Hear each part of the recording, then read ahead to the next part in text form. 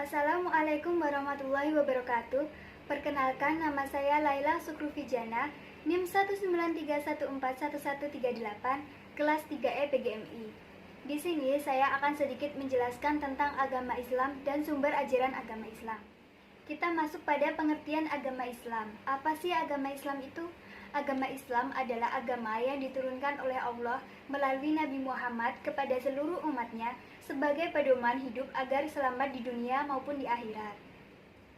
Kita masuk pada sumber-sumber ajaran agama Islam. Sumber-sumber ajaran agama Islam itu ada 3. Yang pertama Al-Quran, yang kedua hadis, dan yang ketiga ijtima. Kita bahas pada Al-Quran terlebih dahulu. Fungsi Al-Quran. Menurut Subi Saleh, Al-Quran berarti bacaan. Pengertian ini merujuk pada sifat Al-Quran yang difirmankannya dalam Al-Quran, Quran Surat Al-Qiyamah ayat 17-18. Dari sudut isi atau substansinya, fungsi Al-Quran sebagian tersurat dalam nama-namanya, yaitu sebagai berikut. Yang pertama yaitu Al-Huda, artinya petunjuk. Dalam hal ini ada 3 arti. Yang pertama, petunjuk bagi manusia secara umum. Yang kedua, petunjuk bagi orang-orang yang bertakwa. Dan yang ketiga, petunjuk bagi orang-orang yang beriman. Yang kedua yaitu Al-Furqan, artinya pemisah. Ia adalah ugeran untuk membedakan dan memisahkan antara yang benar dan yang salah. Yang ketiga Asy-Syifa, yaitu artinya obat. Dalam hal ini, ia berfungsi sebagai obat bagi penyakit-penyakit yang ada dalam dada. Yang keempat yaitu Al-Mu'izah, artinya nasihat. Dalam hal ini, ia berfungsi sebagai nasihat bagi orang-orang yang bertakwa. Kemudian kita masuk pada poin yang selanjutnya, yaitu tentang Al-Quran sebagai firman Allah. Hakikat Al-Quran yaitu bahwa ia merupakan wahyu atau kalam Allah yang disampaikan kepada Nabi Muhammad SAW. Isinya penuh dengan ilmu yang bebas dari keraguan, kecurangan, pertentangan, dan kejahilan. Ia juga merupakan penjelmaan dari kebenaran, keseimbangan, pemikiran, dan karunia. Berdasarkan substansinya, Al-Quran bukanlah ciptaan Nabi Muhammad SAW. Ia dipelihara oleh Allah dan mewahyukannya. Kita masuk pada poin selanjutnya, yaitu tentang ulum Quran dan tafsir.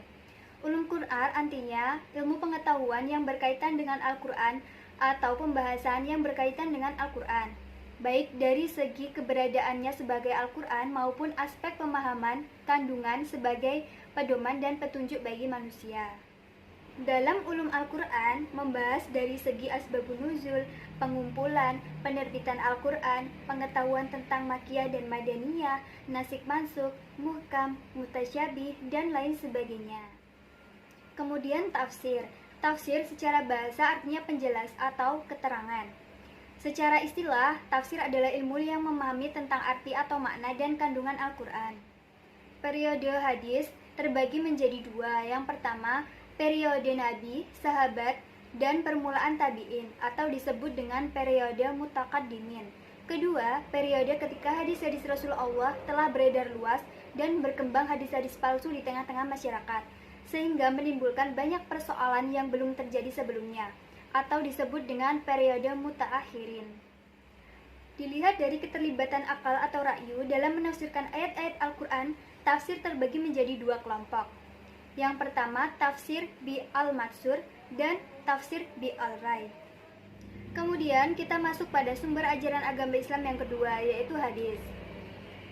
Poin yang A, istilah tentang hadis. Ada beberapa istilah seputar hadis, tetapi di sini saya hanya menjelaskan satu saja, yaitu hadis adalah segala sesuatu yang disandarkan atau dinukilkan kepada Nabi Muhammad SAW berupa perkataan, perbuatan, maupun takrir. Kita masuk pada poin berikutnya, yaitu posisi dan fungsi hadis.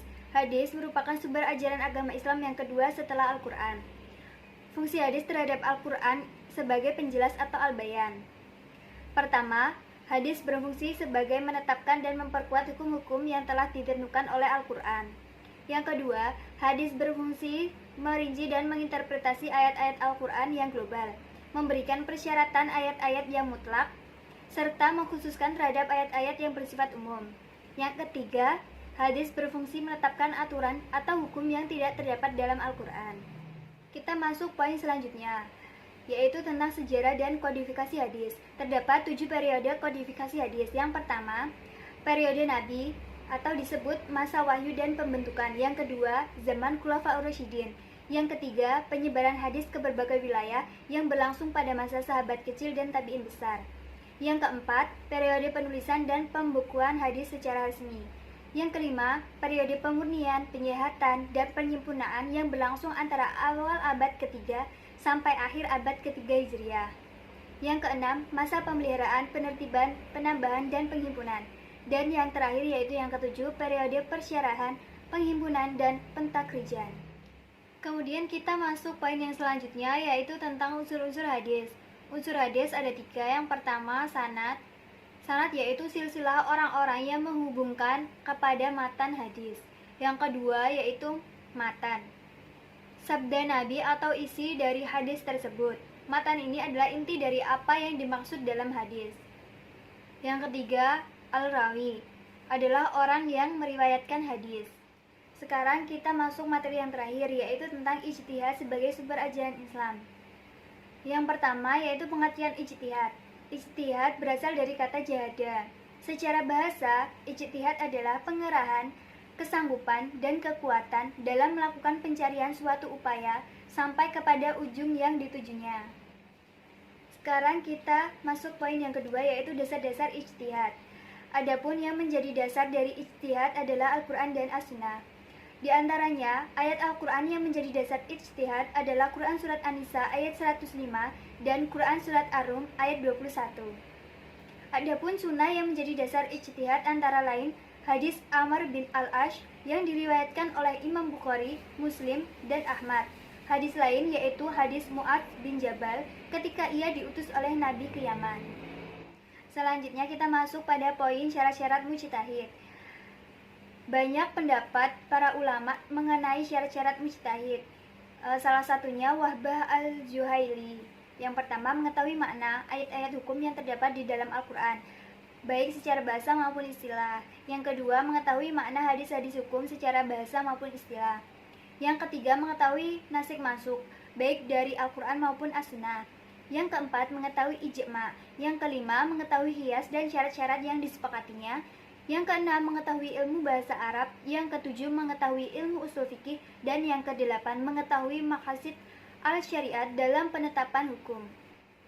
Sekarang kita masuk poin selanjutnya, yaitu lapangan atau masalah ijtihad. Lapangan ijtihad adalah masalah-masalah yang diperbolehkan penetapan hukumnya dengan cara ijtihad. Wahbah al-Juhaili menjelaskan bahwa lapangan ijtihad dibagi menjadi 2. Yang pertama, sesuatu yang tidak dijelaskan sama sekali oleh Allah dan Nabi Muhammad SAW dalam Al-Quran dan As-Sunnah. Yang kedua, sesuatu yang ditetapkan berdasarkan dalil zani al-subut dan zani al-dalalah. Kemudian masuk poin hukum ijtihad. Ulama berpendapat jika seseorang muslim dihadapkan pada suatu peristiwa atau ditanya tentang suatu masalah yang berkaitan dengan hukum syara, maka hukum ijtihad bagi orang itu wajib ain, wajib kifayah, sunnah, atau haram tergantung pada kapasitas orang tersebut. Sekarang kita masuk poin terakhir, yaitu tentang ijtihad Nabi Muhammad SAW. Secara umum, para ulama menyepakati ijtihad Rasul dalam urusan-urusan kemaslahatan yang bersifat keduniawian, pengaturan taktik, strategi perang, dan keputusan-keputusan yang berhubungan dengan persengketaan. Akan tetapi, para ulama berbeda pendapat mengenai ijtihad Rasul dalam urusan hukum-hukum agama. Ada yang memperbolehkan, ada juga ulama yang melarang atau tidak setuju dengan pertimbangan, pendapat, dan alasan mereka masing-masing. Sekian sedikit penjelasan yang dapat saya sampaikan mengenai agama Islam dan sumber ajaran agama Islam. Apabila banyak salah kata, saya mohon maaf. Wassalamualaikum warahmatullahi wabarakatuh.